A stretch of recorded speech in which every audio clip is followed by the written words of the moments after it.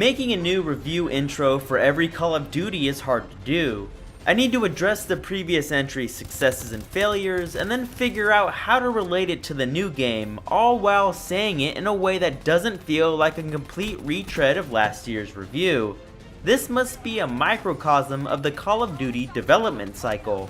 Black Ops has usually been the boldest subset of Call of Duty, but Black Ops 3 still runs the risk of burning out yet another chunk of its player base as its annualization treks on. So is this an operation that should stay redacted? Let's find out in this review of Call of Duty Black Ops 3. We need to get back on track. We've got to shut down their comms before they figure out what the fuck's going on.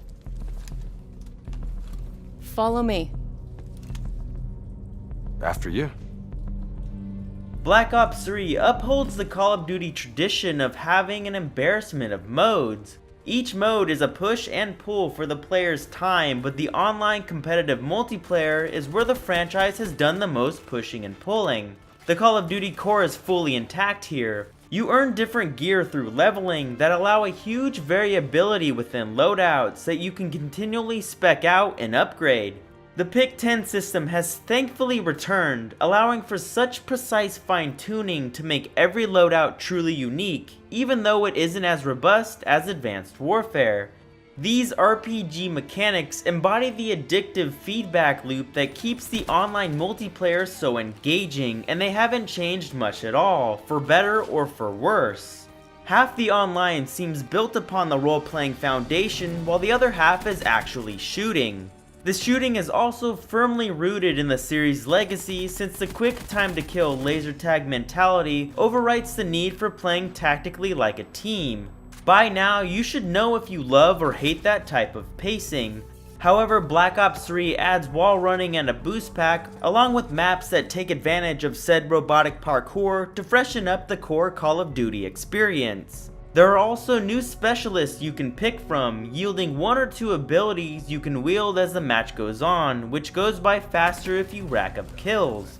Shooting while wall running is a great novel addition that speeds up the gameplay and gives a slightly more vertical element to the maps. It ceases to grow old, but the specialists aren't as notable of an inclusion. Call of Duty, from strong weapons to the many kill streaks, is already neck deep in ways to kill and die within a fraction of a second. It's what makes the multiplayer so frustrating and great. Specialists flood matches with even more potential cheap one-hit kills and slightly dilute the silky first-person shooting the series has been appropriately renowned for.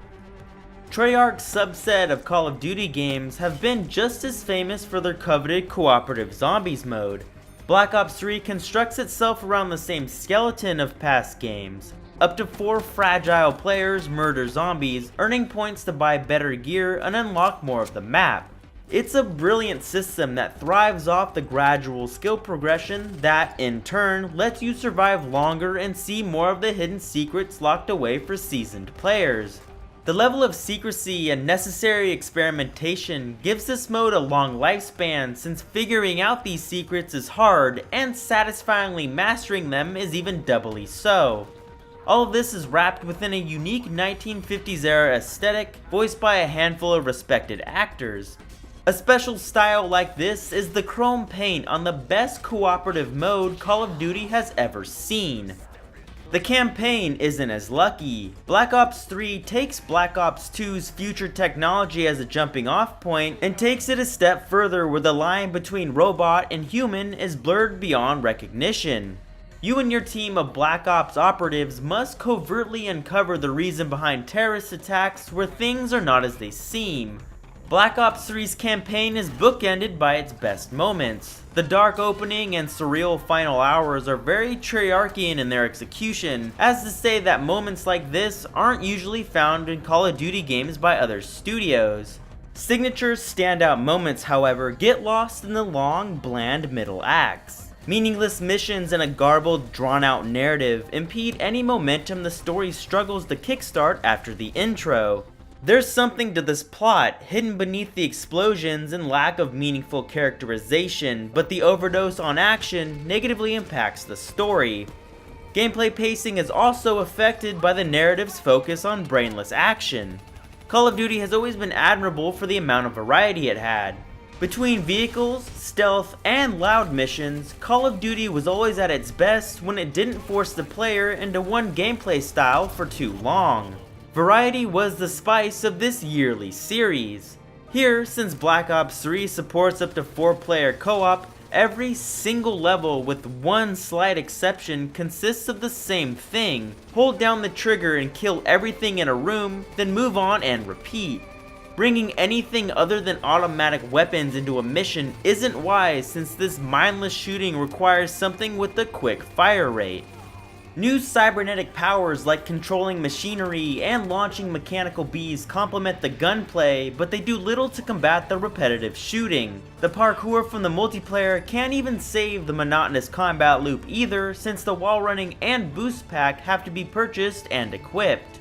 The levels can't be designed around any new traversal methods because the game can't assume everyone will be parkour ready when they load in. The brilliant free-running challenge mode makes it doubly frustrating that the campaign grounds and restricts the player's movement so severely.